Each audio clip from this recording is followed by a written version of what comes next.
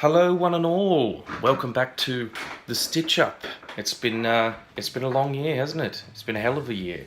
As some of you have probably realised, this is the first Stitch Up to be released since November of 2016, when I did Doctor Strange with Ben McGregor. Now, the reasons for such the huge period of inactivity are threefold. One is legitimately very, very busy with other projects and working and just life gets in the way of creative pursuits on occasion, especially when they're, just silly stuff for myself and my friends and you good people. The second is probably the more serious one, not to, bring it down too far or anything, but there seems to have been, I don't know if it has to do with the election of a certain president or if things were just that way before and I didn't notice it, but there seems to be an awful lot of negativity on the internet. More than usual. I know that's a stupid thing to say, but there's so many people angry about so many things that they don't need to be angry about, and one of them is movies and things like that. Like, people just, even this week, it's November 2017, the Justice League film came out, and I haven't seen it yet, so I can't really say one way or another, but man, people are hating on it. Damn, people are hating on it. And you know what, I just don't need that type of negativity in my creative space, and I haven't for some time, which is why doing a film review video series where I kind of pan stuff just didn't seem like what I wanted to be spending my time on anymore. The Stitch Up took us time off, but the Stitch Up is now going to be revamped. It's going to be a film appreciation blog or film appreciation video from now on. It's I don't want to talk about negative, I don't want to be negative about films anymore. I want to be positive. I'm happy that I get to see all these things, bad or good. So it's going to start next month with a new episode, which I shot with Hugo Ferrand from our Superman, Batman vs Superman episode last year, and we are going to appreciate very much Mad Max Fury Road. I'm very much looking forward to that. We shot for a couple of hours. I haven't edited it yet, but it's going to be a lot of fun. So the Stitch Up will become a film appreciation, and we'll still be cracking jokes and cracking wires and having a good time. The format's not really going to change that much, but just the content is going to change. We're going to be a lot more positive, a little bit less negative to make the internet space a little bit nicer than it can be sometimes. And the third reason is because I shot a Stitch Up review with my very good friend Brad last year for Suicide Squad. Now, for a bunch of different reasons, it kept getting put on. We kept putting it off and putting it off and putting it off, and the edit just kept getting further away from being done, and it never kind of happened. Now, I've recently gone back in to the editing suite and have cut that all up. So this episode is going to be the last in the original series of the Stitch Up, when we're actually, being critical about films, more critical anyway, and then after that we'll go on to the more positive reviews and more positive insights into film. But yeah, it's what I'm calling Stitch Up from the Vault.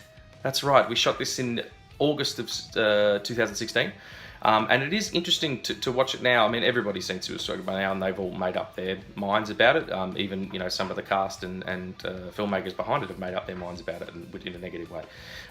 But it's interesting to see the lapse in time of how it's been a year or over a year since we shot it, and then to see sort of how things are now compared to with all the new stuff that's coming out. Like Suicide Squad 2 is going to happen. We're going to have the Joker movie. We're going to have the Harley Quinn movie. We're going to have all these things, and it's it's funny to look back and see how things were when it was fresh. So hope you enjoy that.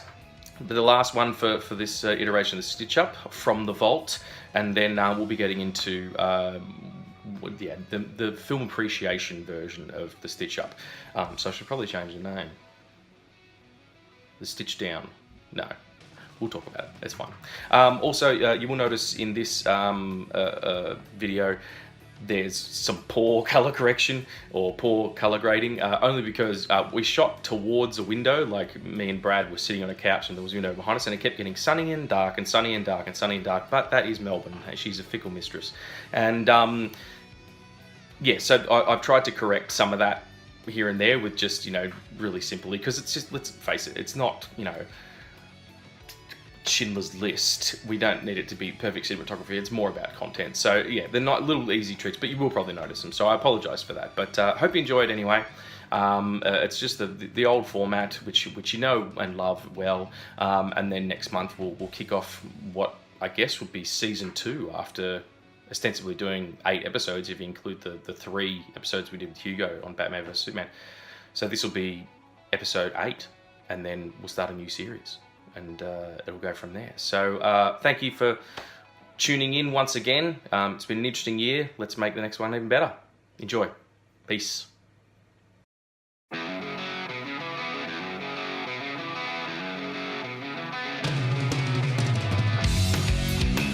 Hey folks, welcome back to the Stitch Up. We're doing a home show today. I've got Home Court Advantage, and I'm here with my very good friend Brad Phillips. He's a aficionado of cinema. He's a filmmaker himself, writer, director, bon vivant, part-time chandelier cleaner. Got to pay the bills. Just all-round good guy. So thanks for coming around, Brad. Thanks for having me. Yeah, anytime. And we're going to talk to you about Suicide Squad. So we're a little bit late to the party, but I think even more so based on the net reaction and some of the aftermath of the film coming out, we wouldn't have had as much to talk about. Yeah, exactly. I think it needed that room to kind of breathe for us to form opinions that weren't affected by anyone else's reviews, and to kind of sit back and think about it. And so, I think we've done well. Absolutely. And also, there's been a lot of, I suppose you'd call it flack. I mean, me and Brad were talking before about how it had a lot of reshoots, and Jared Leto's very actively come out and said that his role was diminished quite a lot in what David Ayer, the director, says is his cut of the film. In the DC universe, which is now cinematically has starting with Man of Steel, Batman vs Superman, and then Suicide Squad, and then of course you're going to get Justice League, Flash, Cyborg, Robin, I don't know who else, Plastic Man. Yeah, well, hopefully there's a Plastic Man. I'd love a Plastic Man film. So the bad guys of the DC cinematic universe have sort of all been brought together to form literally a Suicide Squad, a death squad, people who are expendable and can be sort of sent out on missions. As is said in the film, what if Superman decided to pull the president out of the White House? Who do we send to stop him? And they, Plastic Man would be on it straight away and probably do a better job. Won't say any more about the plot, and that way we won't spoil anything. But just in case, if we do say something and we spoil something, spoilers, you've been told. Yeah, it's been 2 months since it's released. If you're a fan, I'd like to think you'd seen it. If you're watching this and you're a fan of these kind of movies, you've probably seen the film. Otherwise, you would have gone, who are those two idiots on screen, and just forgot about it. One of them was wearing a baseball cap. What is it, 1994? Batman. Oh, respect. I can honestly say that this was the movie that I was looking forward to for this year. Yeah. As soon as I saw that first trailer, they had the Bee Gees, I Started a Joke as the song that was re-sung very orchestrally. It got me. I'm like, this is it. This is what I've been waiting for. Yeah. And as you can tell, I'm a really, really big Batman fan. So anything that comes out in the DC universe, I immediately want to see. I won't say I was disappointed. Well, I kind of was, but it was the greatest disparity, I thought, from how good the trailers were and how just awesome it looked to be shot in the story and what the story could have been to then what the movie actually was. Yeah.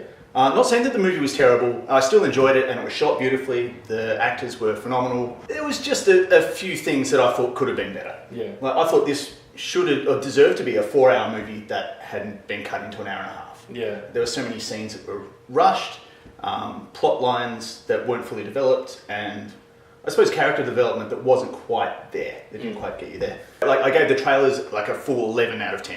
And the movie probably is 6.5, soft 7. The mystical nature was not something that I was expecting. No. Because from what the proportion of the trailers showed you, she seemed like one of the Suicide Squad. Yeah. And that they're going to be fighting the Joker. Exactly, yeah. I kind of walked into the movie thinking, oh, cool, we're getting a really cool new Joker, which I like. I'm a big Jared Leto fan, both musically and artistically. So I was really excited when he got the call to play the Joker and do it completely different. I thought, yes, we're going to see a whole lot of him as the main villain. He's going to be getting up to all his adventures and being very psychotic and have plans on plans on plans. Unfortunately, that didn't plan out. No, he kind of ended up being almost a cameo Yeah. Like his scenes were not only few and far between, they were really short. There was a couple of sort of intro scenes where you know, you sort of see the relationship that he has with Harley, Margot Robbie's character, and then you sort of see him trying to get Harley back out of prison and their love story and the real origins of Harley as well, which is cool, I thought. Yeah.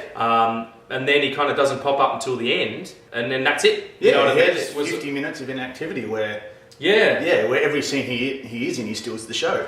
And yeah, I was just expecting so much more. How did you rate? This is what I was saying before when we'll talk about the Joker, because the Joker's really, I mean, he's the greatest villain of all time. Yeah. Whether you're a DC or a Marvel fan or whatever, he is the perfect dichotomy to his hero, to Batman. Yeah. They are so similar and yet so different in so many ways that he's just carries that weight, and he's terrifying because he has no real agenda the way that Heath Ledger's Joker had no agenda. He was a dog chasing cars. Exactly. You know, just chaos is what he was into. That's really scary. I read an article in Empire magazine. They're not a sponsor or anything. I just really like the magazine. Still shout out to them, Yeah. Do you want to sponsor this? Feel free, Empire. Give me a ring. But it seems unlikely. But I have subscribed for the last 4 years running, so... Got to count for something. Yeah.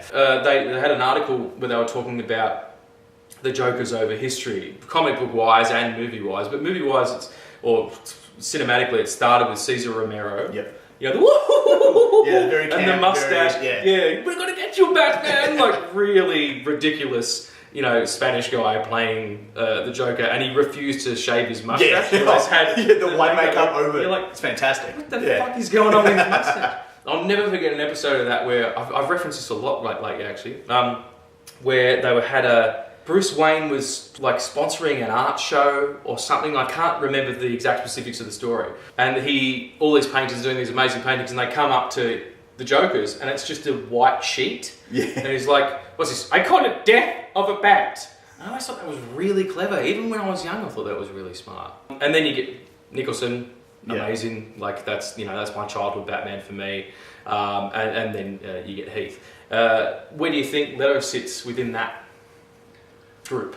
It's so hard because every Joker from that is so different. You've got Heath, who was it was a dog chasing cars. He was an agent of chaos. Then you've got Jack Nicholson, who was more kind of aggrieved at Batman and really wanted to go after him. Then you've got Cesar Romero, which is pretty much a comic foil for Batman. In the way that he was portrayed, and the sheer ridiculousness of it. Jared Leto's was more gangster, gang member. He was kind of hip hop. Yeah. Hip hop Joker, you know, he's got tats everywhere. It's very straight, a lot of bling, you know, his guns are all like that scene that he's got with Common at the start, which sort of shows Harley's, which is the only time you ever hear her call him Puddin'. Yeah. Which comes from the Batman animated series from the early 90s. Paul Dini, one of the creators and writers of that show, created Harley for the cartoon series. And she was originally just henchman woman number one. And then he came up with the idea of the lover girl. the idea that her and Joker had a relationship, and she had that the checker costume, which you see briefly in the film of her looking at it and then putting it down and putting on the baseball bat and stuff. Yeah, she was created in the TV series, and they did a comic book called Mad Love, and where they talked about that they were in love. But the Joker's kind of, that was the thing that I didn't understand about their relationship in this film, in the sense that those characters have always been set up like she's mad for him. She calls him Puddin', and just like he's Mr. J, and she loves him so much. She's almost like in a trance. And that's the perfect way to put it. She's in a trance with this guy, and he's kind of puts up with her. Yeah. And he often tries to kill her in the cartoon version, or not kill her, but maim her. He hits her with mallets and stuff. It's really kind of an abusive relationship. And the way that they played it in Suicide Squad was there's that scene where he's about to, spoilers, he's about to push her into the vat of stuff to make him like her, to make her like him rather. And he says, would you die for me? And she says yes. And he goes, no, that's too easy. Would you live for me? Yeah. Like that relationship was really, like he did love her. Yeah. And that was unusual to me, because he was, always. There was a strong kind of Stockholm syndrome to her in that relationship as well, is that she fell under his powers and was the bad guy. Like, she went in to interview him as a psychologist, and then just fell under the spell of his Tobago, charisma. Yeah, we can follow him anyway. Yeah. Okay. Yeah. A lot of scenes in general that were in the trailers that didn't make the final cut of the film. Yeah. And I think that might have been, you were talking about this before when we were having lunch, that it was probably one of those 11th hour, shit, look how well Deadpool did as a black comedy. We need to go in and rejig this a little bit. And like you said, it's kind of like a 4 hour, like they shot a 4 hour movie and the first cut would have been 4 hours and they had to just... slice the absolute hell out of it. Yeah, to the point where characters and scenes just don't connect with each other. I mean, you were saying before about Killer Croc. Yeah, there's so much to his backstory and how he became the way that he is, let alone how people view him versus how he actually is. We were saying before, there was a scene that I read that as the guards were bringing him into the prison, he threw up half a goat and then went down and ate it again because he was a crocodile, and it just freaked everyone out. And that kind of shows his psyche and got everyone to be scared of him the way that they are when they mention him initially in the film. Yeah. But yeah, cut completely. That threat isn't there. Yeah. They're all such interesting characters. Deadshot's an interesting character in his relationship with his daughter. You know, that final scene where, well, not a final scene, but one of the scenes in the film where they go in and he's like helping his daughter with her homework, but he's got ankle chains on. Yeah. You know, that kind of thing. I like that. And Harley's character is endlessly fascinating because, and I think Margot played the balance of cute and crazy, and legitimately threatening, really, really well. And then also incredibly sad. There's a moment in the film where she thinks that the Joker's died, and it's a beautiful dolly in shot, and she's just sitting on the top of a car in the rain crying. And then the rest of the team turn up and she kind of wipes her eyes and goes, yeah, and then goes back into that kind of, it's almost like she's three different characters. Yeah. Really, really well done. But nobody got their chance to shine. Yeah. Possibly the only one that got enough character development was Diablo. You see him, you get a bit of his backstory in that he's obviously done some very bad stuff, killed a whole lot of people, his wife, spoiler alert, and accidentally. And then vowed never to use his powers again. Yeah. And they poke and prod him. He's like, no, I'm staying to it. And then he gets that moment of clarity and it's like, no, I actually want to repay my debts. Yeah. And I want to do what's good and do what needs to be done. Got a character that kind of went full circle. The need for there to be something for them to fight as well. You know, the Enchantress building these bubble eye people, these weird sort of zombie husks of people that sort of the Suicide Squad and the soldiers who are with them have to, led by Rick Flag. Who was that actor? Joel Kinnaman. Who played RoboCop in the remake of RoboCop, or as I call it, RoboCop Light, because it looked like a can of Coke and then a can of Coke Zero. That's the difference between RoboCop the original and RoboCop the new one. It's just a change in costume. They're going through and they've got to sort of fight through all these weird creatures, and then they get to Enchantress's godlike brother, who is also a big sort of Egyptian god, and they fight him, and then they fight her. It was like video game bosses. Yeah. Going up through the levels, up through different stages of difficulty. Yeah, like Game of Death. You know, this level is this, and this level is this, and this level, and then the final level is the unknown, and you fight Kareem Abdul-Jabbar, which is, you know, that's basically this whole film. I can't believe that never occurred to me before. It's Game of Death, and the Enchantress is Kareem Abdul-Jabbar. Yeah, for that final fight scene with the rain, it's like, okay, let's just get in tight, get in close, and, you know, use the light flashes as cuts. Yeah. When it's not a club, you know what I mean? Like it wasn't a Suicide Squad club remix. They set her up as a character really well, but I still can't get over why she's the villain. Yeah. Because it seemed too huge. Like there was a point in the film where she's like shot this energy beam up through a building into the sky. Where the fuck's Superman? Like, is he too busy punching Batman in the head? I think, judging from Amanda Waller's speech about what happened if Superman did come down, maybe it follows on, not immediately after, but after Batman vs Superman. Yeah. And that there is no longer a Superman threat because he died. With each character in Suicide Squad, I liked them and I enjoyed them, but I didn't really care. Yeah. Apart from Margot Robbie, who was acted probably the best in the movie and is just absolutely gorgeous. Yeah, yeah. I didn't have like an attachment to any of the characters because they weren't fully fleshed out, and if they died, they died. The villain part of it is hard for them to play because you still have to be likable. I mean, Yeah. Deadshot is an assassin. He kills people for money. Yeah.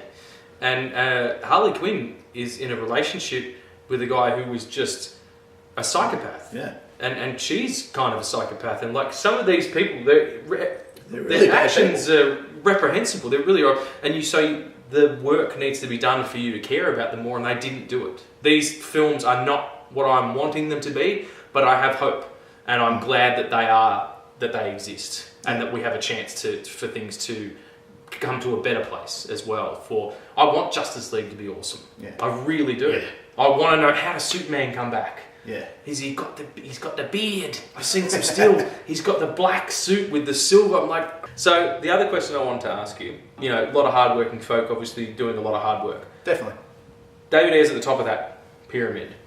How do you think he pulled it off? Because it's an interesting choice for the material. It's a very interesting choice coming from Fury and being part of Training Day and all these other movies that are so gritty and so raw, to then go to a superhero movie. I championed the initial choice. I thought, this is great. We need that kind of dark side. There are some parts that refuse to make it a whole. Like it can't have everything. No film can. But the more parts you take away, the more like Swiss cheese you make your movie. And one of the things that made this film like a bit of Swiss cheese was that there were some poor editing choices made. Not just in terms of cutting scenes entirely, but in terms of just cinematic language wise, I noticed, and me and Brad have both been editors for a very long time, and those kind of things do stick out. Maybe they don't to the general public, I don't know. Because most of David Ayer's stuff has been, apart from Fury, which was the World War II tank film with Brad Pitt and Shia LaBeouf, pulled his tooth out.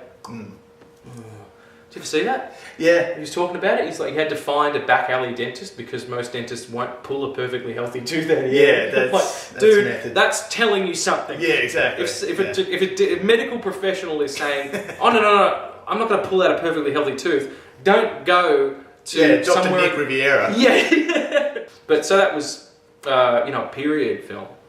But David Ayer has done, it's mostly been gritty urban stuff, End of Watch, Harsh Times, which is probably fairly unseen. To go from that, so I mean, everyone's got to graduate, don't get me wrong. I mean, some of the best superhero films or the best sci-fi movies have come out of people doing non-genre work. David Ayer seems to have skipped the stage somewhere. And he's a perfectly competent director, like it's well directed, the scenes. Yeah. But there's just the overall package, that view. I mean, the director is only a funnel by which everybody else's talents come through, and they're the tip. You know what I mean? Yeah. Or the top of the pyramid, and everybody on down.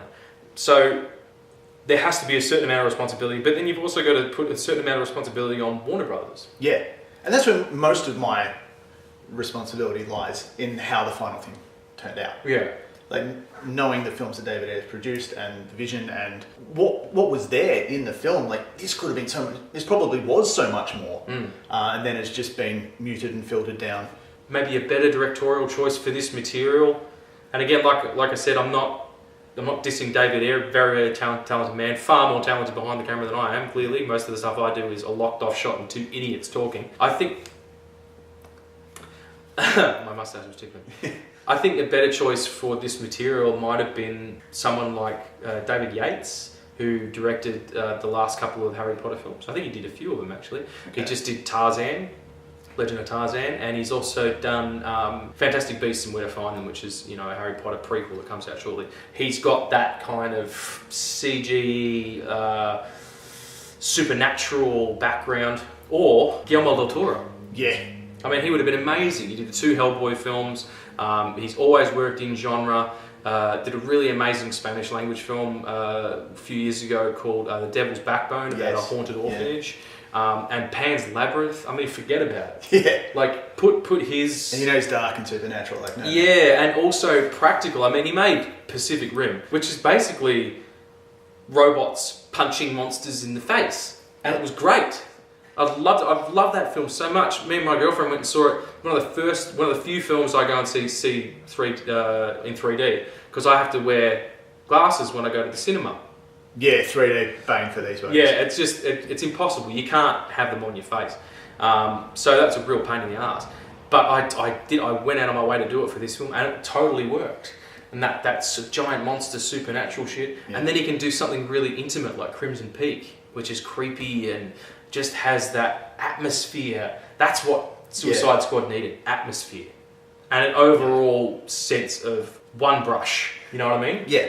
Too many cooks. Too many cooks in the kitchen. Broth was spoiled. It was spoiling the broth. And let's face it, broth's horrible to begin with. So if you fuck it up, then you get it. Stop being a chef. Stop it. Just take it, be a plumber or something like that. Final overview. Tell me. Very, very watchable. Very watchable. What did you say? How many out of 10? I vary between a 6.5 and a soft 7. So which is soft 7. A soft 7. It's not like a hard 7. Is you know this kind of. I've never heard a rating described as soft before. Just a soft 7. It sounds like the name of a... It's like it's there, but it can... I would have liked so much more, but that's having 12 to 18 months worth of expectations built up in your head from the trailers and thinking, oh, it could be this, that, and then it wasn't. Yeah, and the funny thing is that very often they give too much away in trailers. Like you'll see something of a trailer, like that's the second Batman vs Superman one. It was basically the entire plot of the film. Yeah. And all the way up to the end battle. Yeah. And the only thing that you didn't see was the death of Superman. It's like, fuck, do you want to give away the farm? Yeah. And then with Suicide Squad, they showed you so much that you never saw. Yeah. In particular, there was one scene that I was talking about before where you see the Joker and he's like lost, his hair's all crazy out here, it's not slicked back anymore, and he's got a big burn across the side of his face. Yeah. When the fuck did that happen in the film? Like, that must have been a huge scene for that to happen. So how was that plucked out? And there was another theory online, watching some of the deleted scenes, and you know, based on Jared Leto's derision towards the cut of the film, where you know, Harley's hanging off the back of the helicopter that comes to save her, and she like runs up and throws her bat and dives and stuff like that, and then you see him shooting. The eye line is off, and it looks like he's actually shooting at her, not shooting below her. So the theory is that he was trying to kill her, which makes more sense the way that I was talking before about the Joker kind of being from a historical narrative. For being like her kind of being his foil. I think he might have been trying to kill her to, you know, keep her stum about something, whatever it was. I didn't hate it, but it certainly didn't blow me away. Like I said, I was looking at my watch, so I'd probably give it a soft 3. Wow. You get one. It's borderline hate territory. It is a little bit. No, certainly not. 1 for casting. Definitely, really, really well cast. Even if they didn't get a chance to do the job that they could have done, they did do a really good job. 2 was soundtrack and cinematography, amazing. 3 was David Ayer's direction, doing his best with the material. And the half was the fact that I went to see with this guy, and he taught me about putting popcorn on your ice cream on your choc top. They're a crunch dip and bite. Like that, and they're in. Game changer. It was, I mean, there's some points, some things in your life you know you remember to the grave, and I think that is one of them. I think that's the thing that I will pass on to my children on my deathbed. I'll be like, don't forget to dip your popcorn in the thing, and then imparting wisdom is one of life's joys. And they'll be grabbing me going, Dad, where did you bury the money? So now my favourite part of the Stitch Up review, when I do it with my good friends and colleagues, we get to do a little game. Ooh. It's a game show, I'm going to tell you that much. When we did it with Grant for the first time, Grant Carter, it was called Taken for Granted. When we recently did it with Hugo, it was called How Far Can Hugh Go? Not bad. And today, we're going to play a little game I like to call The Good, The Brad, Hey-o. and The Ugly. Hey.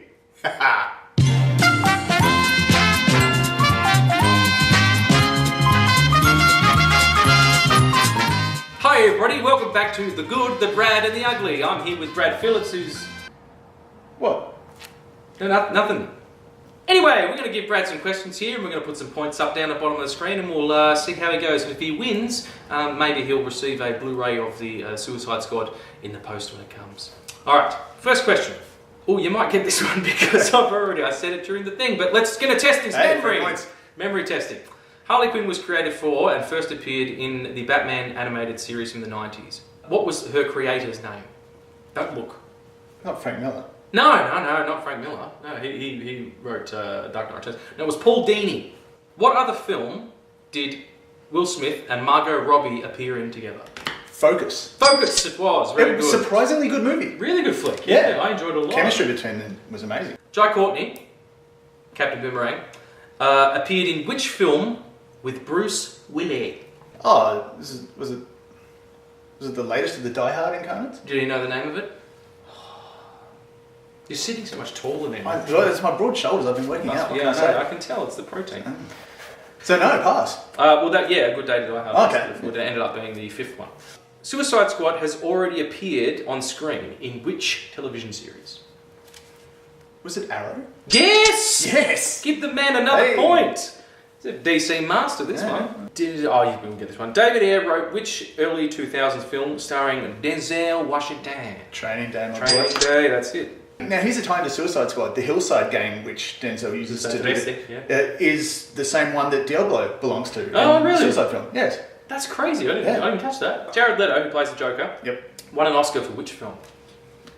That would be the one with Matthew McConaughey, which is Dallas Buyers Club. Yay! This is becoming too easy. Which famous director's son appeared as a soldier in the film? That would be Scott Eastwood. Fuck you, man. Yeah. Damn. Who was originally cast as Rick Flag in Trench's Boyfriend?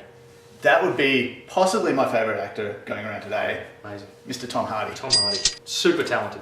Yeah. Super talented. Just good in everything. Yeah, just got that good wit, Yeah. good timing, can do comedy really well. Yeah, He's yeah. a massive unit, so can do action really well. And it passed on this to make a little indie flick called, what was it called? Oh, The Revenant? The Revenant. Revenant, Yeah, yeah. I don't know if anyone saw Didn't that. get a lot of regard or No. eyes on screen, but No. it's his choice. It's just, if he wants to work indie, that's fine. I don't think good that. movie. I mean, it went anywhere. I think it did nothing. What does Harley? I'm absolutely positive Brad will know this. You would have noticed. What does Harley have tattooed above her groin? Was it property of the Joker? No, that would have been cool though. Good, oh no, that's on the back of her jacket. And she's got the pudding necklace or belt Yeah, she's got the pudding choker. choker, I think. She's got something on her leg, but something very specific just above her lady parts. No, It says "Lucky You," lucky. which I thought Yeah. was hilarious. Ben Affleck appears briefly as Batman in some of the opening scenes, but which other superhero did he play in the early 90s? This is the tip of my tongue, and I actually watched this not too long ago, unfortunately. Why? Yeah, because it was on. That was back when, in the early 90s, when all the properties were owned by studios as opposed to Marvel themselves, and they just were pumping them out. And oftentimes they would pump them out because otherwise you lose the rights. The rights Yeah. lapse, and they have to give them back, which has happened now with the character we're talking about, and they're now doing it very successfully on Netflix as a series. This is embarrassing, and mainly because it's the last two questions that you said, oh, you'll get this easily, which kind of threw me. So, no, I'll pass. Daredevil! Nah. One of my favourite characters, kicking ass in the TV realm now, but was definitely a bit of a lacklustre film. However, director's cut, a little bit better. They kind of take out some of the love story and have it a little bit more darker and grittier. But there's one part at the end of that film where he's blind, and she leaves him the necklace that he talks about, and he's like, Braille. We can see it's Braille! Yeah, it's quite clearly Come on, Daredevil, you're blind, not us. Yeah. Why are you talking to yourself? There's no one here. The pigeons don't give a shit. Yeah. Like, what's that blind guy talking about? I don't know. He always comes up here and whacks us with his cane. Yeah, let's crap on him later. Yeah, let's follow him home and shit all on his dreams. Anyway, well done. Thank you. That was very good. I think you got like 7 out of 10, which is the highest anybody has. Self 7. All right, folks, that's going to bring us to a close. Thank you so much for joining us again, Brad. Thanks so much, Amy. Thank you, my friend. Take it easy. Thanks for watching. Regan Wood, Brad Phillips. Peace.